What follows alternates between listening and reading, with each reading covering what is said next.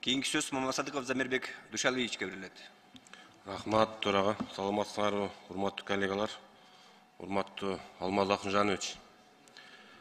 Аксы районунда Кербен Учкургон КЕС аралыгында асфальт төшөө жолу боюнча Алмаз Акынжанович жакшы билесиз го. Былтыр 3 чакырым кирген да 3 километр. Анан жол башталды. Анан кыш келип, суу кирип, жол токтоду.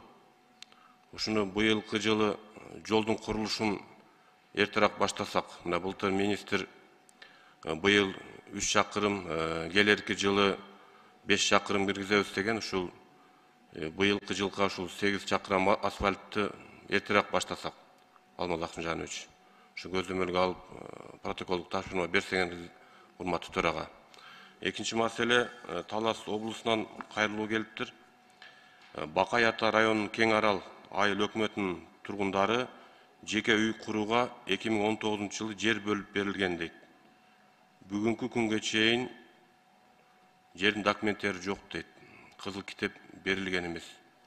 4 жыл болду дейт.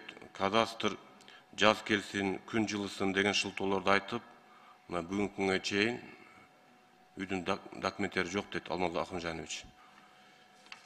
Кийинки маселе, Нокен району Бүргөндү айыл аймагы. Кичи Бүргөндү айылында Акамбаев атындагы мектеп, 4 жылдык мектеп, ашар жол менен курулган экен. Көп жыл болду. Авариялык абалда. Ушунун элдин суранычы жаңы мектеп куруп берсин деп, быйылкы жылга титулга киргизсек, Алмаз Акынжанович. Ташкөмүр шаарына караштуу Теңдик айылында Айденек бала бакчасы. Финский бала бакча авариялык абалда. Бүгүнкү күндө балдар тарбияланып жатат. Кооптуу. Теңдик айылынын тургундарынын кайрылуусу ушул бала бакчаны жаңыртып, жаңыдан куруп берсе деп суранып атат. Рахмат. Рахмат. Аппарат. Замирбек Душалиевичтин кайрылуусун тийиштүү комитеттерге протокол тапшырма бериңиздер.